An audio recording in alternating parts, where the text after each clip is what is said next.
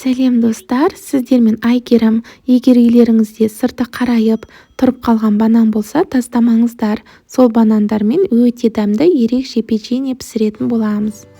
Күн сайын оңай әрі дәмді рецептермен бөлісетін боламын.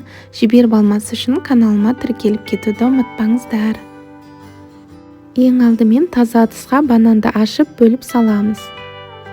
Егер бананның көлемі үлкен болса, бір бананда жеткілікті. Қант саламыз. Ванилин саламыз. Шым-шым тұз саламыз. Енді шанышқының көмегімен еземіз.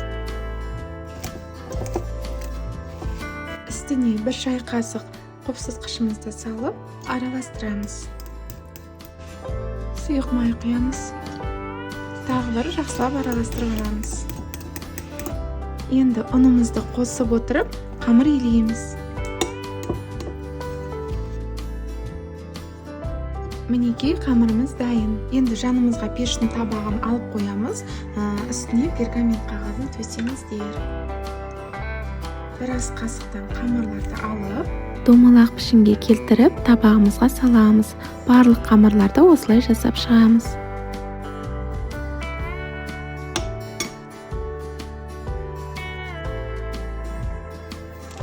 Егер қамырымыз кішкене жабысқақ болса, қолымызды осындай сұйық маймен кішкене майлап жіберсек болады.